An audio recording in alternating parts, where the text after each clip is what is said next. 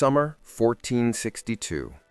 The sun rose lazily over Wallachia, but its heat carried a sense of warning. The wind whispered through the hills, hot and heavy, carrying a scent that made men flinch. Soldiers had marched into many lands before, but never had the air itself seemed alive with dread.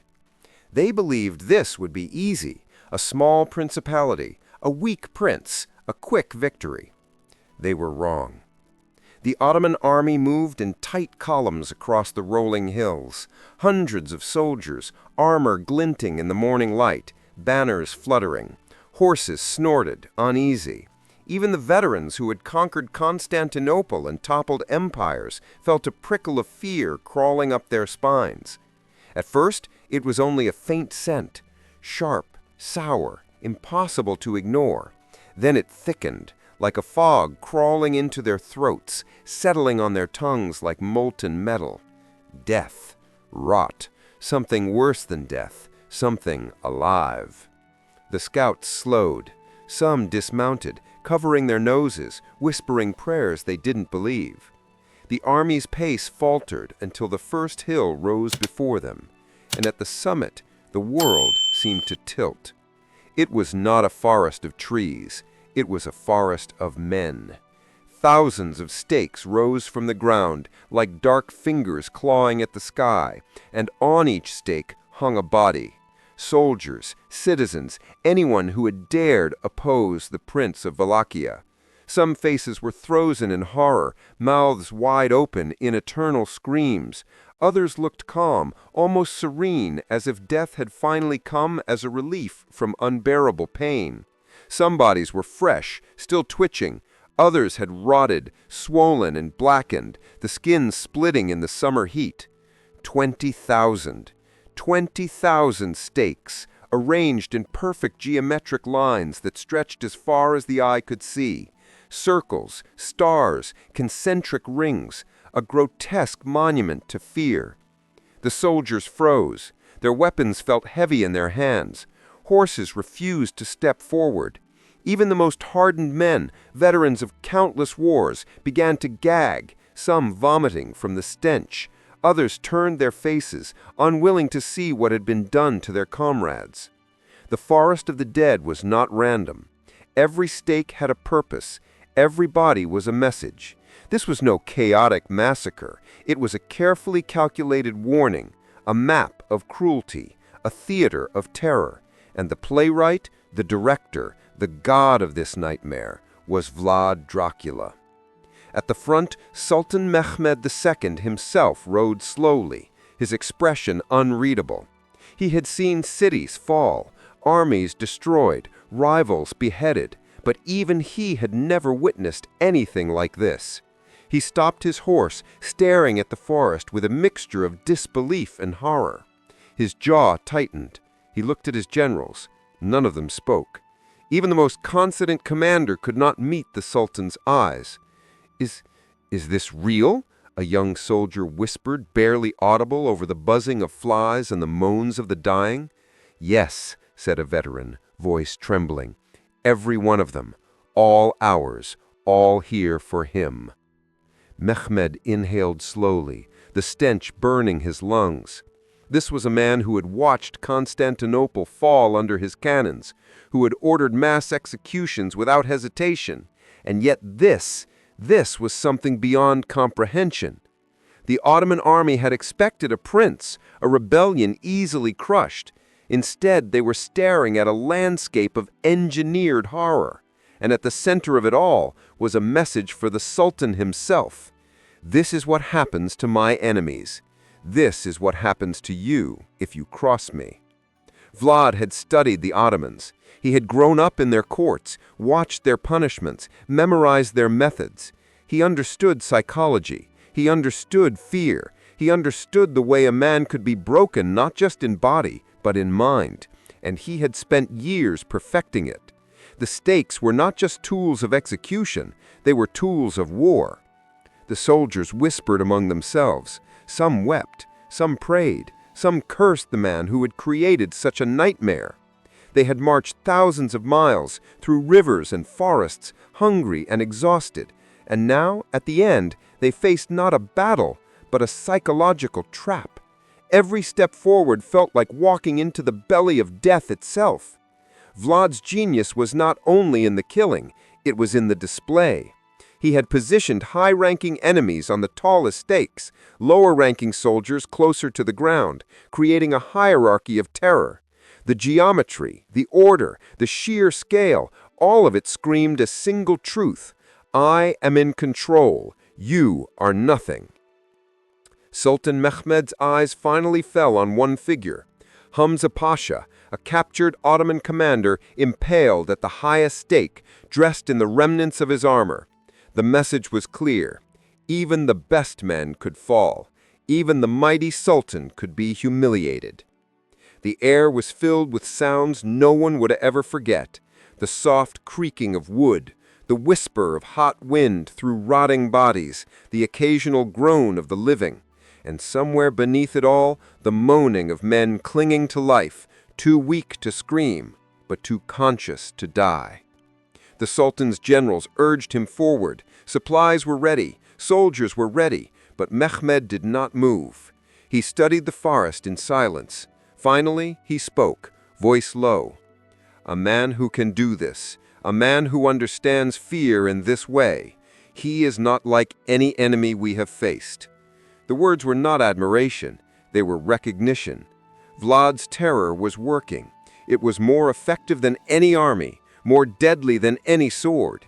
He had turned fear itself into a weapon, and it had stopped the most powerful army in the world in its tracks. The soldiers behind Mehmed understood it. They saw their own fear mirrored in the Sultan's face, and in that instant, all illusions of easy victory vanished. Wallachia was no longer a land to conquer. It was a land that had been shaped by pain, perfected by cruelty, and defended by a mind that had learned to weaponize every human weakness. And somewhere in the shadows of Targovishte, Vlad was watching. He had spent years planning, learning, waiting for this moment. His forest of the Impaled was more than punishment. It was art. It was strategy. It was war. The Ottoman soldiers would carry the memory of this place forever. The screams, the stench, the sight of thousands of human bodies turned into warning signs. They would haunt every campfire, every march, every sleepless night. And for Vlad, it was only the beginning. The forest had spoken, and the world had listened.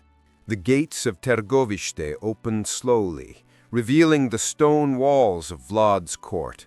Soldiers lined the path, their armor glinting in the late morning sun. But even the gleam of steel could not hide the unease in the air. Rumors of the forest of impaled bodies had spread faster than the wind, and now the envoys sent by Sultan Mehmed II rode cautiously into the heart of the principality, unsure what awaited them. The courtyard was quiet, almost too quiet. Birds circled overhead, their cries sharp against the heavy silence. Guards, mounted and on foot, watched every movement of the visitors with hawk-like precision. Inside, Vlad waited. Not on a throne, not in a display of wealth or power. He waited like a predator, calm and still, eyes piercing. The envoys approached, cloaked in fine robes, turbans resting on their heads. A symbol of respect, yes, but also of stubborn pride. For a moment, they thought protocol would protect them here, as it had in every other court in the Ottoman Empire. They were wrong. Vlad rose to meet them.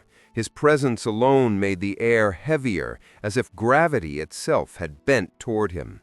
Every step he took was measured, deliberate. There was no haste, no excitement, just the quiet confidence of a man who had already won before the first word was spoken. He stopped a few paces away from the envoys. His eyes moved from face to face, reading them like pages in an open book. One man fidgeted, another cleared his throat nervously. Vlad did not speak immediately. He simply waited, letting the silence stretch, thick and suffocating, until the envoys began to shift uneasily. Finally, he spoke. His voice was calm, almost polite, but every word carried a hidden blade. "Why do you wear these here?" he asked, nodding toward the turbans. The lead envoy straightened, attempting courage he did not feel. "It is our custom, my lord. We show respect to your court by keeping them." Vlad's lips curved into a slow smile. It was not a friendly smile. It was the smile of a man who sees the weakness in another and savors it. "I respect a man who honors his faith very much.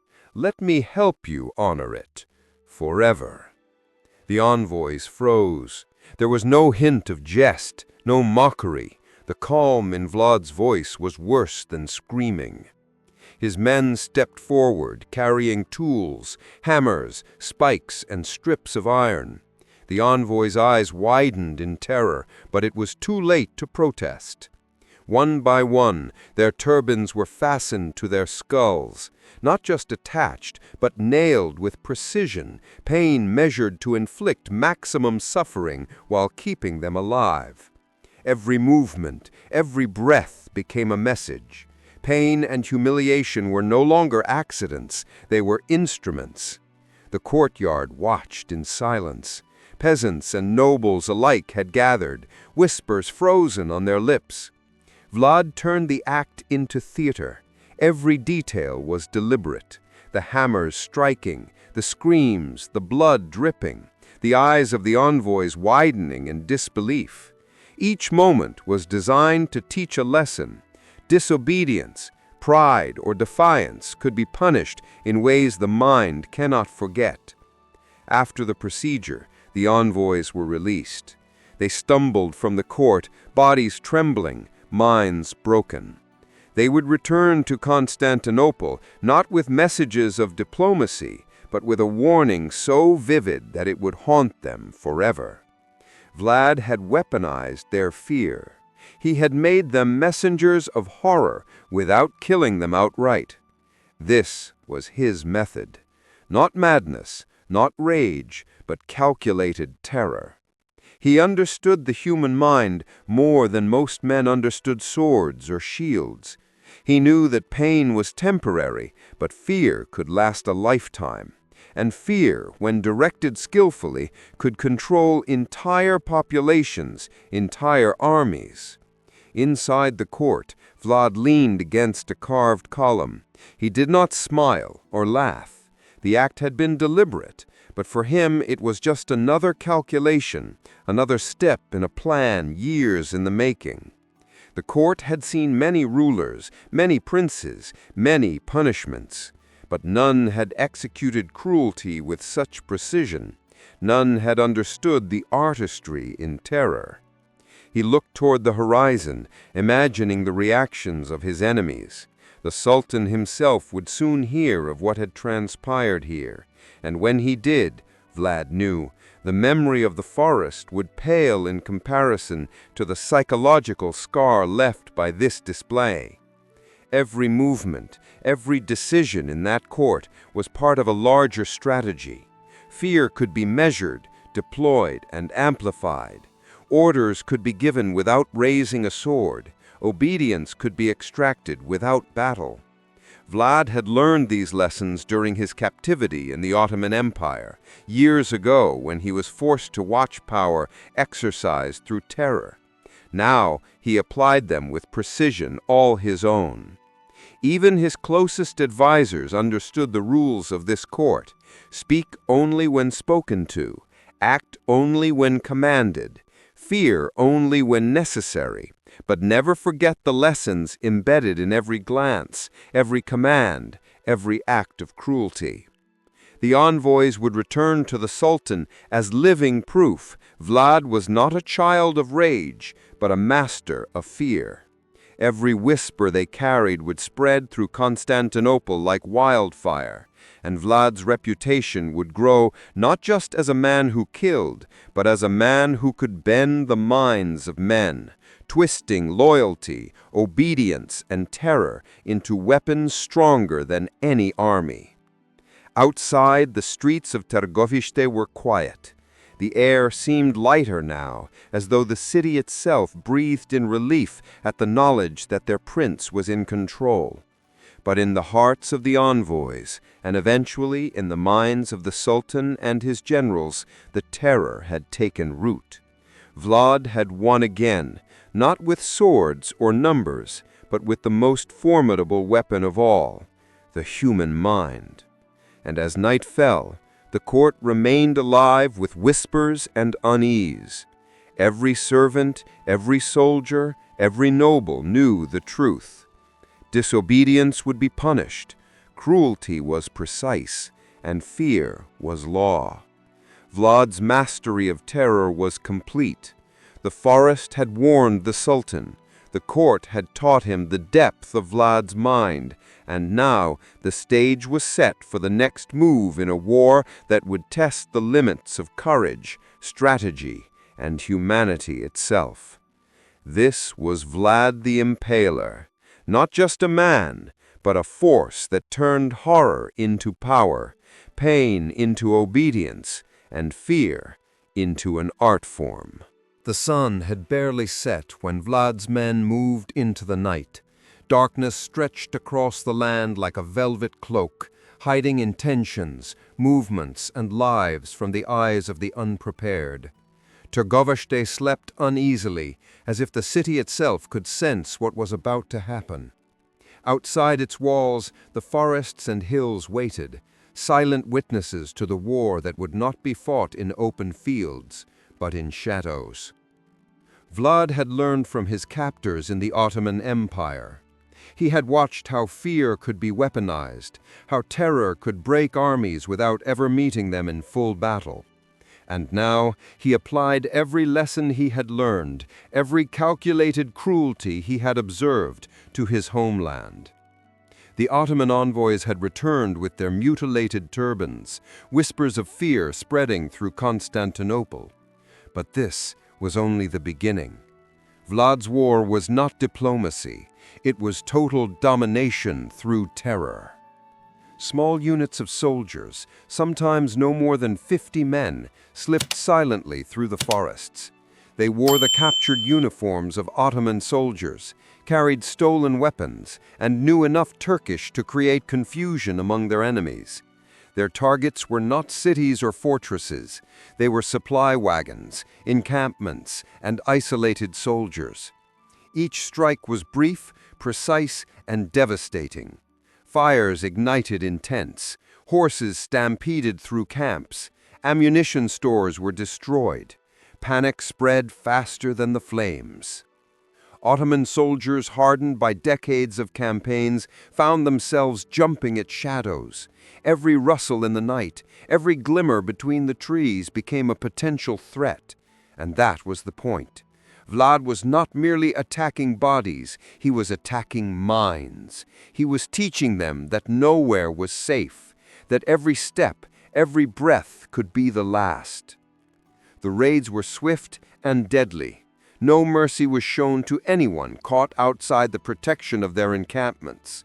Soldiers who had laughed at the rumors of Vlad's cruelty found themselves impaled by stakes, their screams carried across the hills. Villagers who aided the Ottomans vanished, leaving only the echoes of their terror. Vlad himself led some of these attacks. He moved with the quiet confidence of a man who had already won in his mind. One night, under a crescent moon, he infiltrated an Ottoman camp near the Danube.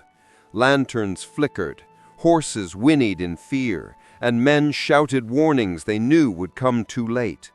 Vlad's warriors, dressed in Ottoman colors, struck swiftly. Tents went up in flames. Soldiers ran blindly into forests, only to find more waiting for them. Chaos reigned. The Sultan's personal guard, the elite janissaries, were nearly caught off guard. Reports suggest Vlad came within yards of Sultan Mehmed II himself. Some historians believe they even glimpsed each other across the smoke and fire. Mehmed's heart must have skipped a beat.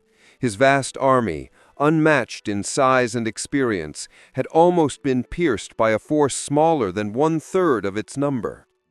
Vlad disappeared into the night as silently as he had arrived, leaving the Ottomans bewildered, terrified, and exhausted. The strategy was simple but brilliant. Vlad refused to fight in conventional battles. His army was outnumbered, and any direct confrontation would have been suicide. Instead, he burned crops, poisoned wells, and forced civilians to retreat into forests and mountains. Every supply line was stretched to the breaking point. Hunger gnawed at soldiers' bellies, thirst burned their throats, and fatigue weighed down their limbs. Fear became their constant companion. By the time the Ottoman army reached Turgavishte, weeks of constant harassment had shattered morale. Men were jumpy, trembling at every sound. Some refused to continue, deserting under the cover of night. The city itself seemed to rise as a fortress of dread, and at the center of it all awaited the ultimate display of Vlad's psychological mastery, the forest of impaled bodies. The sight of the stakes stopped the army cold. Even Sultan Mehmed, seasoned conqueror of Constantinople, halted, staring at the line of horror stretching as far as the eye could see. Thousands of soldiers, civilians, and leaders had been impaled in geometric patterns that were almost beautiful in their cruelty. Every body was a message. Defiance would be punished with unimaginable suffering. Vlad had not merely defended his land, he had turned the entire battlefield into a theater of fear. The forest of the impaled was terrifying, but it was only one element of Vlad's psychological strategy. He had calculated every reaction: the screams of the living, the stench of the dead, the symmetry of the stakes, all were designed to break the spirit of the army. Soldiers vomited in the summer heat, some fled, others froze, unable to advance. The Sultan himself, confronted with such mastery of terror, hesitated. Conventional tactics had no place here. Vlad had rewritten the rules of warfare. Every raid, every night attack, every burned village reinforced the message that Vlad was omnipresent. He could strike anywhere, anytime. He was not a man who merely fought. He was a force of chaos, shaped into purpose. The Ottoman army could destroy cities, yes, but against a mind like Vlad's, even an empire's power could falter. Vlad's own soldiers understood the discipline required. They were taught not only to fight, but to vanish, to leave confusion in their wake, to turn fear into a weapon. Obedience to him was absolute, not through love or loyalty, but through understanding the consequence of failure. For Vlad, terror was both a shield and a sword. Weeks passed. Ottoman casualties were surprisingly low, but the psychological toll was incalculable. Exhaustion, paranoia, and fear had done what numbers could not. When Mehmed finally reconsidered his campaign, it was not because his army had been defeated in battle. It was because the army had been defeated in mind and spirit. Vlad's raids continued, small in scale, but devastating in effect. They were messages, rehearsed over years of careful observation. Each strike was calculated to spread panic faster than any messenger. Ottoman soldiers returned to Constantinople with tales of shadows that moved with intent, of fires igniting without warning, and of a prince who commanded not just armies, but terror himself. And through it all, Vlad watched. He measured the impact of every attack. He anticipated every reaction. For him, war was not merely killing, it was controlling. Fear was a currency, and he was the wealthiest man in Europe. By the end of the campaign, Sultan Mehmed II had no choice but to retreat. Vlad had taken a small army, turned them into ghosts, and sent the largest army in the world back with nothing but fear to show for their effort. The forest had warned them, the night raids had reinforced the lesson, and the Prince of Wallachia had proven that psychological mastery could be more powerful than the sword itself.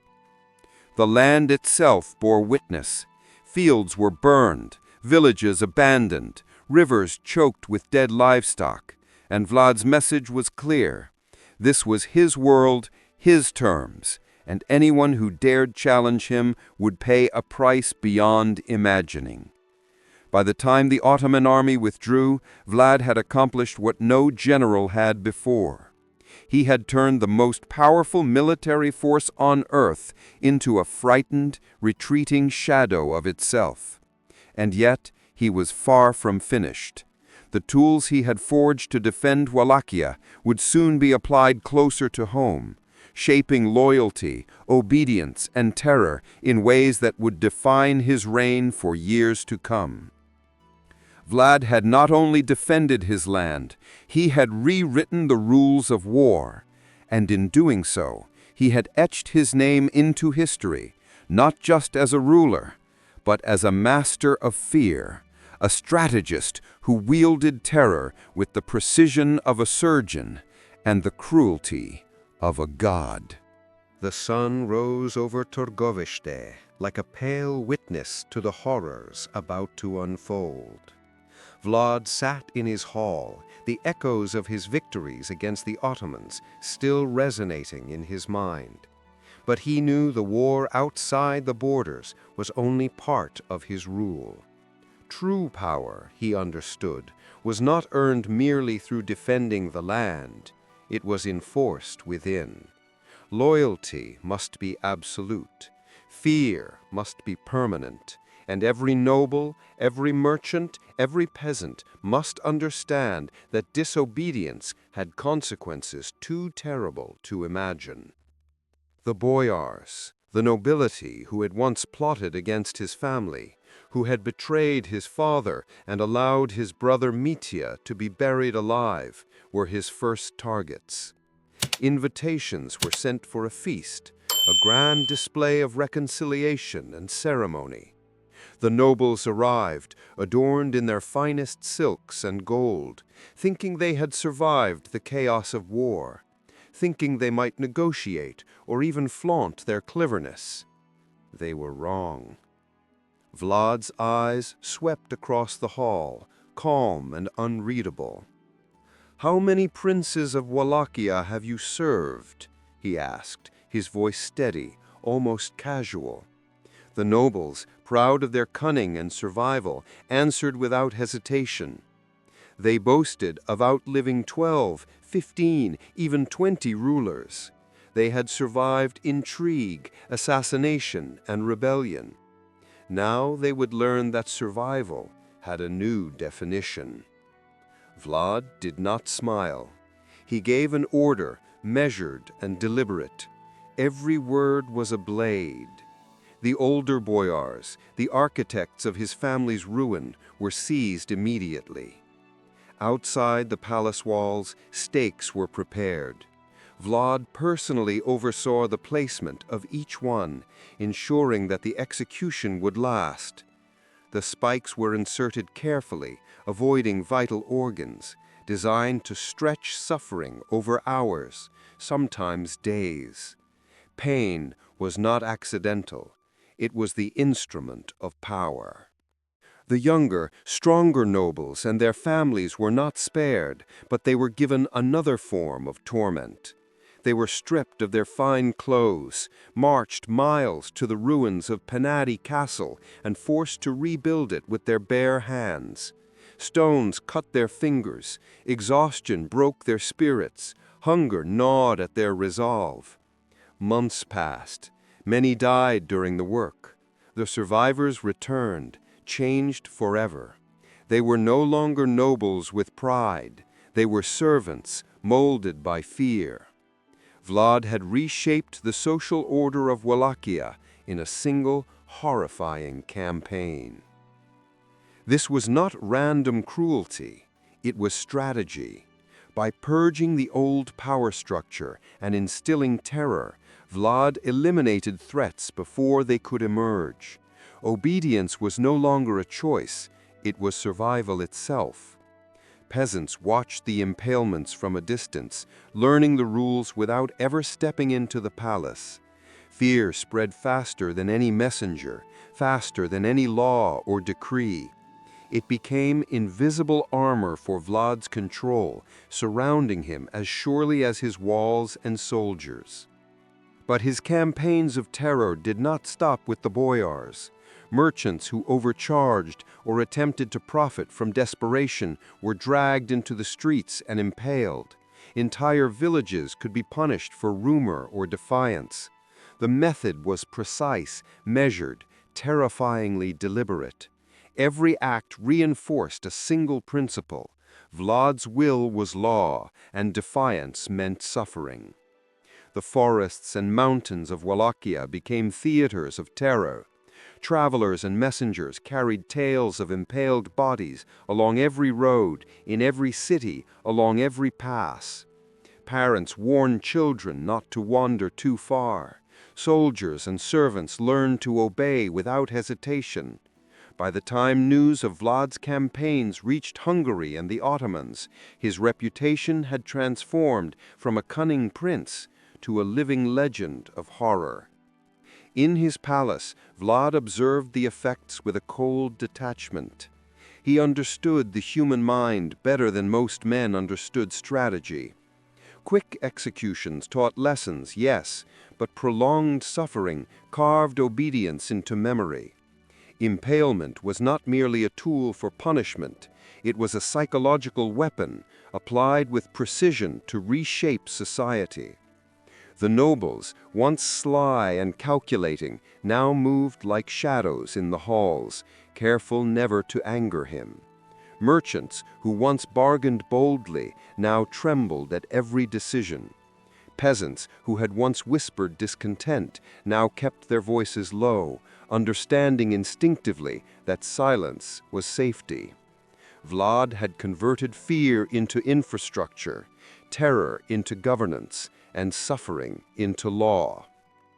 Yet even in this reign of terror, Vlad's mind remained tactical. He was not motivated by mere rage. Every impalement, every forced labor, every act of public punishment was a calculated maneuver, designed to secure loyalty, dismantle threats, and project a message to both allies and enemies.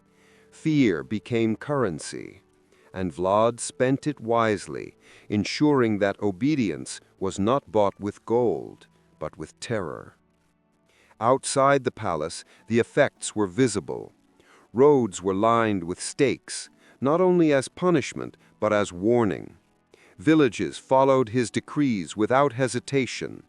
Spies reported back swiftly, not from loyalty, but from the survival instinct instilled in every Wallachian who had witnessed the consequences of defiance. Vlad had achieved a mastery that transcended the battlefield. He now ruled the minds of men, the hearts of his people, and the very atmosphere of his land. Even those who supported him initially began to understand the nature of his rule. Allies learned quickly that assistance without obedience could be fatal. Radu, his younger brother, watched quietly, understanding that fear could maintain control where diplomacy could not. And Vlad, ever precise, measured the world around him as a general surveys a battlefield, calculating, predicting, ensuring that every move reinforced his dominance. By the end of 1462, Wallachia was transformed. The forests echoed with horror. The roads told stories of pain. The cities and villages were disciplined, molded, and obedient. And the nobles, the boyars who had once plotted, negotiated, and schemed, had learned that their survival depended entirely on compliance. Vlad's reign of terror was not cruelty for its own sake. It was the architecture of power itself. Yet even in his triumph, Vlad's methods carried consequences. Fear breeds caution, yes, but it also sows suspicion and paranoia. Allies began to hesitate, questioning whether his control could ever be trusted. Even his closest confidants understood the duality. A ruler who inspires obedience through terror can just as easily inspire rebellion through the same fear. Still, for the people of Wallachia and for the enemies who watched from afar, the message was clear. Vlad the Impaler ruled through terror, and his reach extended everywhere, leaving no room for disobedience, hesitation, or betrayal. And as night fell again over Târgoviște, Vlad's presence was felt everywhere, behind every closed door, across every street, and along every darkened path.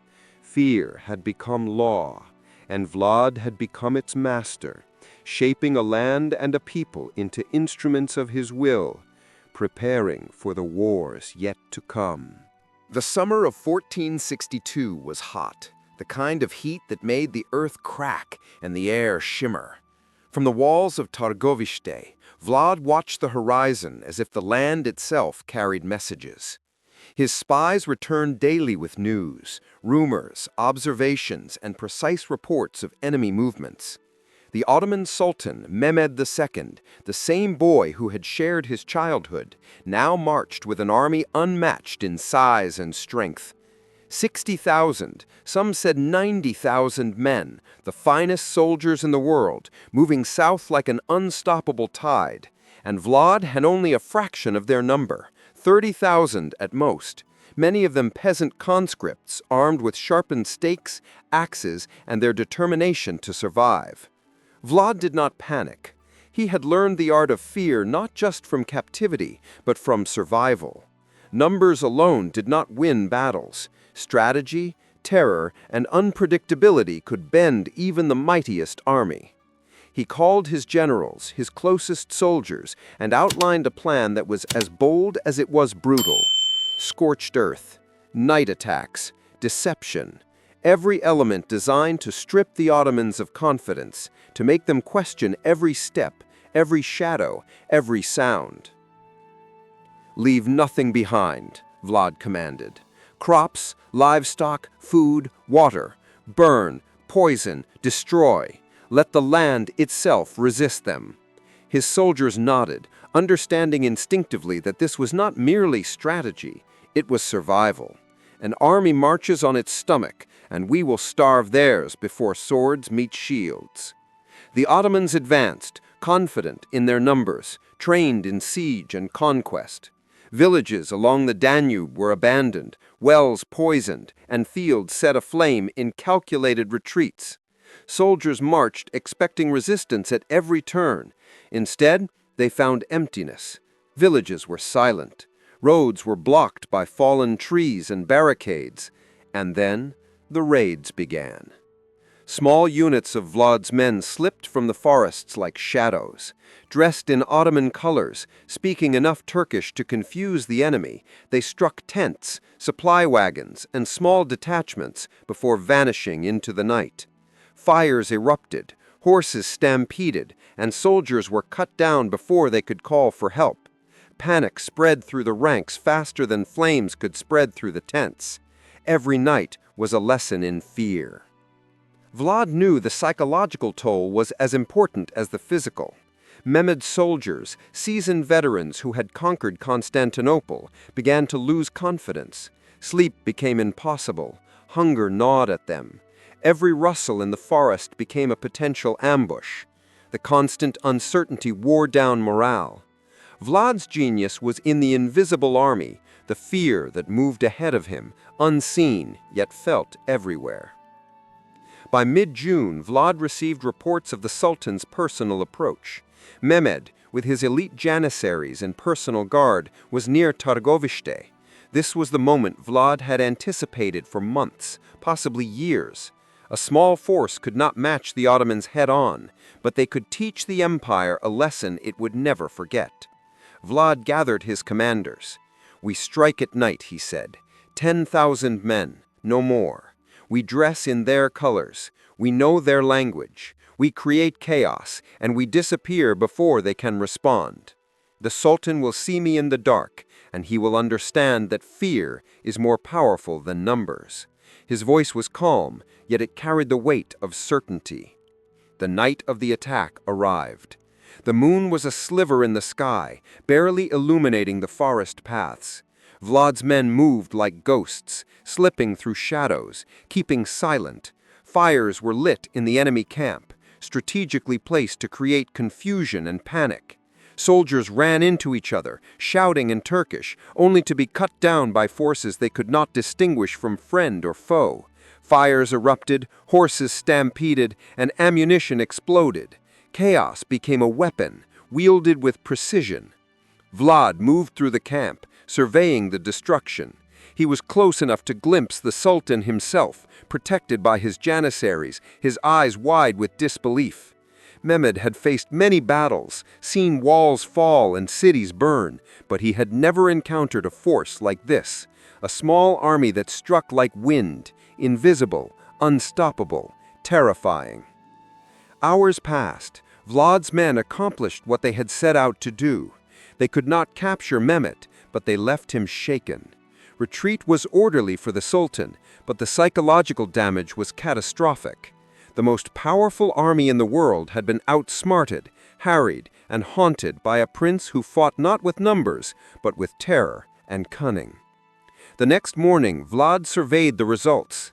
Ottoman supply lines had been disrupted. Soldiers were exhausted, fearful, and questioning their next steps. Mehmed's advance slowed. Reports of desertions arrived. The land itself seemed to resist the invaders. And Vlad, calm and precise, began his final preparation, the Forest of the Impaled, the ultimate message to the Sultan and the Empire. For weeks, captives from earlier raids, Ottoman sympathizers, and rebellious nobles had been held alive. Vlad ordered them impaled in geometric patterns, rows in circles stretching toward the horizon. Some had been dead for weeks, others still alive, their screams filling the air. Stakes were arranged by rank, height, and symbolism. At the center, the tallest stake held Hamza Pasha, a high-ranking commander captured in an earlier skirmish. A personal message to Mehmed: "This is what happens to your best men." As the Ottoman army approached, they saw the result of Vlad's months of planning, the culmination of psychological warfare perfected over years of observation and cruelty. Soldiers vomited. Some refused to move forward. Desertion increased, and Sultan Mehmed II, confronted with a scene beyond comprehension, halted. He had faced cannon fire, sieges, and rebellion, but nothing like this. Vlad had weaponized fear itself, turning the battlefield into a theater of horror. The Forest of the Impaled was not just vengeance, it was a strategic masterpiece. It forced Mehmed to reconsider, to retreat with his main army, leaving a contingent behind to continue minor skirmishes, but never regaining the momentum he had expected. The tiny principality of Wallachia had faced the mightiest empire in the world and survived, not through strength, but through the precise orchestration of terror. Vlad had achieved the impossible. He had turned fear into a shield, chaos into a sword, and survival into obedience. The Ottoman Empire had met a mind it could not defeat, a man who understood the human psyche more than any general they had faced. And yet Vlad's campaign had only just begun. The methods he used to defeat Mehmed would soon ripple through his own land, shaping loyalty, discipline, and the dark legacy of his reign. The stage was set. The Ottoman army would never forget the lessons of Târgoviște, and Vlad, Prince of Wallachia, had proven that terror, calculated and precise, could bend even the strongest empire to his will. The morning sun rose weakly over the rolling hills of Wallachia, casting a pale light across a land that seemed silent, yet heavy with an unspoken dread. The Ottoman army advanced steadily, confident in their superiority. Thousands of soldiers, trained and disciplined, moved in perfect formation. Their banners waved, their armor gleamed, and the ground shook beneath the weight of their numbers. They had conquered cities, toppled empires, and yet now, as they crested the final hill before the Wallachian capital, a smell struck them first, sickly, sweet, unbearable. It was the smell of death. Not one or two corpses, but thousands, layered, festering under the summer sun. Soldiers paused, their mouths dry, hearts pounding. Scouts who had gone ahead to reconnoiter had stopped moving hours ago, unable to advance. And then, slowly as the Ottoman column rounded the hill, the horror became visible. A forest stretched across the horizon, but the trees were not trees. They were human beings, lifted onto wooden stakes in perfect geometrical rows as far as the eye could see. Some were bloated and blackened from weeks in the sun. Others still moved, still gasped, still screamed. A soldier fell to his knees, vomiting from the shock. Another turned away, whispering prayers for salvation that would not come. This was no battlefield, no massacre of the defeated. It was a message. Vlad's plan had reached its zenith. He had spent weeks, maybe months, preparing this scene. Captured Ottoman soldiers, traitorous nobles, and local collaborators had been impaled in patterns designed to maximize fear. Concentric circles, radiating lines, star formations. Every arrangement sent a clear signal.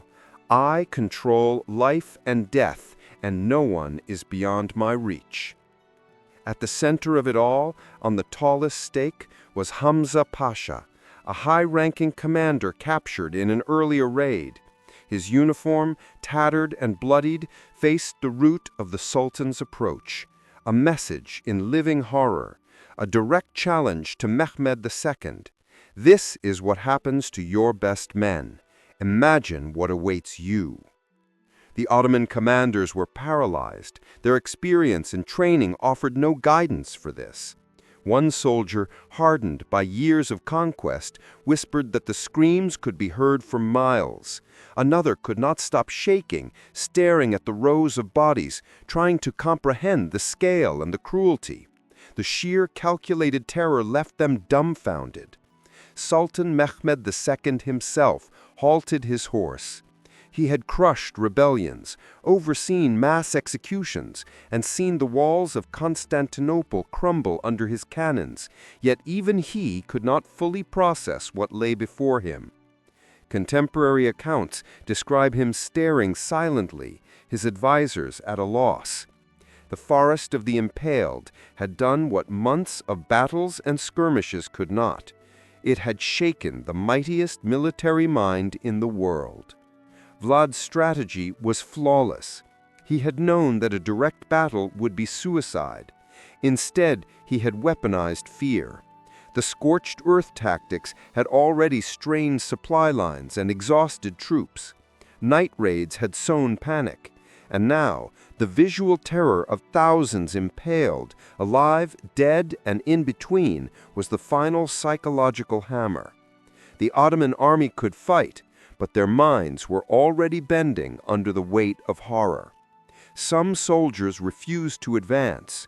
Others deserted under cover of night, choosing punishment from their own command rather than face this nightmare.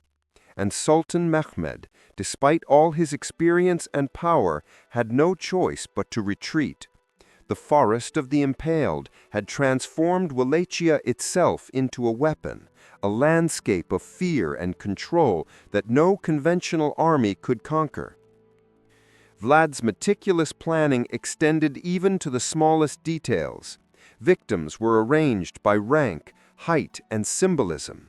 Peasants near the ground, nobles higher, enemy commanders at the center and tallest. Bodies were fresh, decaying, and still living, demonstrating the calculated cruelty he had learned during his years as a hostage in the Ottoman court. It was not chaos, it was masterful, methodical terror. From elevated ground, the Ottomans could see the pattern stretch toward the capital, the screams carried by the summer wind. Every sound, every sight reinforced the message, Vlad is beyond comprehension. He is a force of nature, wielding fear as effectively as any weapon. Historians would later argue over the exact numbers. Ottoman sources, likely minimizing for propaganda, claimed 10,000. Wallachian and Hungarian accounts suggested up to 20,000. The truth probably lay somewhere between, yet numbers alone do not capture the horror. It was the precision, the scale, and the psychological effect that mattered. Mehmed II, recognizing that further advance could lead to disaster, ordered a retreat. Not defeat in battle, not loss of life, but a forced acknowledgement that conventional military power could be countered by intellect, cruelty, and strategy. The Forest of the Impaled had not just defended Wallachia, it had rewritten the rules of engagement. Vlad had not acted in madness. Every stake, every placement, every tortured scream was intentional. He had weaponized human suffering, reshaping it into a language of terror that even the Sultan could understand. This was psychological warfare perfected. The bodies were not merely victims, they were instruments of strategy, messengers of absolute power. As the Ottoman army retreated, the land remained under Vlad's control. The forests, mountains, and villages had all become tools of defense. Fear had become an extension of the army, as deadly and efficient as any sword or cannon. Vlad's legend, already dark, grew darker still. And across Europe, stories of his terror spread, inspiring both awe and horror. For Vlad, the Forest of the Impaled was a triumph of both mind and method. The Ottomans had learned that sheer numbers did not guarantee victory, that fear, applied with precision, could topple even the mightiest empire, and that in Wallachia, Vlad ruled not just by force, but by mastering the human mind itself. Yet even as the army retreated, Vlad understood that terror once unleashed could never be contained. It was a weapon with consequences, a power that consumed not just enemies, but the wielder. The Forest of the Impaled was his masterpiece, but it was also a warning. The greatest strength can be a dangerous burden, and fear, once sown, never fully fades. The echoes of screams faded into memory, yet their weight lingered over Wallachia. Vlad stood atop the walls of Târgoviște, surveying the land he had defended against the mightiest army on earth. The fields, the forests, and the mountains had all obeyed his will. The Ottomans had retreated. Mehmed II, the conqueror of Constantinople, had been forced to turn back, humbled by a prince who had mastered fear as both weapon and shield. For a brief moment, Vlad felt invincible. But victory carries its own shadow. The power of terror is a double-edged sword, and those who wield it often find it cutting closer to themselves than to their enemies. Vlad's people had witnessed the Forest of the Impaled. The boyars, the merchants, the nobles, all had seen the fate of those who crossed him. Loyalty now existed, yes, but it was fragile, born of fear rather than respect. Every glance from a subject, every whispered word became a potential threat, a test of obedience. Vlad understood that ruling through terror required constant vigilance, and that the price of his victories was the constant tension of absolute control. The months after Mehmed's retreat were filled with both triumph and horror. Vlad did not limit his methods to the Ottomans. He applied the lessons of terror he had learned in childhood and perfected during the invasion to his own people. Boyars suspected of disloyalty were impaled or imprisoned. Merchants accused of price gouging were executed publicly, their corpses displayed as warnings to the rest. Villages that failed to obey were razed, and survivors were forced into servitude or death. Vlad's Wallachia had become a landscape of obedience and dread, where every action was monitored and every defiance punished with meticulous cruelty. Allies began to fear the man they had once supported. The Hungarian king, Matthias Corvinus, who had aided Vlad's rise to power, soon grew wary. Letters circulated, some genuine, some forged, suggesting Vlad might be negotiating with the Ottomans or planning acts too extreme even for Christian Europe. By late 1462, Vlad had become a liability, a figure too dangerous and unpredictable for any ally to fully endorse. Political support eroded, leaving him isolated despite his military genius. His younger brother, Radu, once a boy taken alongside him into Ottoman captivity, now backed by Ottoman gold and soldiers, positioned himself as the alternative, the sane prince. Where Vlad ruled through fear, Radu promised stability. Where Vlad's methods had defended Wallachia, they had also sown paranoia and alienation. Vlad's triumph over Mehmed II now became a burden. The same tactics that defeated an empire threatened his survival at home. In November 1462, the inevitable occurred. Vlad fled into Hungarian territory, seeking refuge with the very king who had once supported him. But comfort was fleeting. He was imprisoned, not in dungeons like his Ottoman youth, but in relatively comfortable quarters, under house arrest.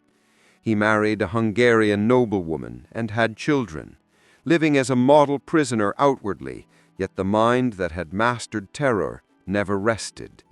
12 years passed, each one sharpening the lessons of power, fear, and survival that had defined his life. Opportunity returned in 1476. Wallachia had fallen into chaos under weak rulers. Stephen the Great of Moldavia, allied with Hungarian troops, orchestrated Vlad's return. In November of that year, he reclaimed his throne. For a brief period, Vlad held power again, a shadow of the force he once was. But time was short. By December 1476 or January 1477, the exact date lost to history, Vlad faced an Ottoman force near Bucharest. The battle that followed was brutal and chaotic, and Vlad was killed. Some accounts suggest betrayal by his own men. Others describe him being overwhelmed in combat. The final irony of Vlad's life mirrored the very lessons he had learned as a boy. His body was beheaded, his head preserved in honey and sent to Sultan Mehmed II in Constantinople. After everything he had done, every impalement, every display of terror, every masterstroke of psychological warfare, he became a trophy, a warning for the very empire he had resisted. His body, allegedly buried at Snagov Monastery, has never been definitively found, leaving his final resting place a mystery. Vlad's legacy is a study in extremes. In Romania, he is celebrated as a national hero, a defender of his people against impossible odds. Across Europe, he became synonymous with horror, immortalized in stories and legends that blurred the lines between history and myth. Yet the truth is both simpler and darker. Vlad was human. Painfully human.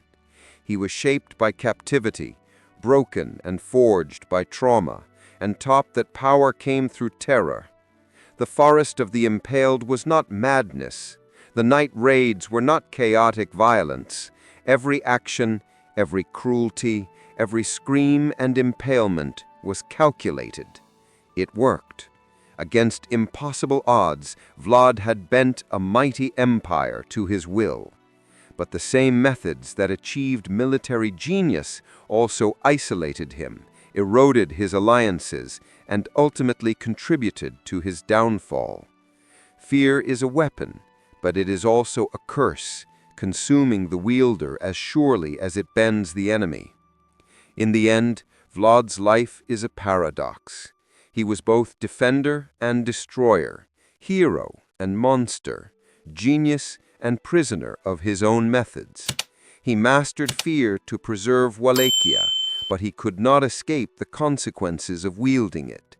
History remembers him in many ways: the Impaler, the tyrant, the national hero, the inspiration for legends. But perhaps the most important lesson lies not in the stories, nor in the exaggerations, but in the chilling reality of a human mind shaped by trauma, strategy, and the ruthless calculus of survival. Vlad's story asks a question that echoes across centuries. What happens when fear becomes the language of power and terror the tool of leadership? His life shows that it can create victories that defy reason, yet it also ensures that those victories carry a heavy price, and that even the most calculated methods of control cannot fully conquer the unpredictability of human nature.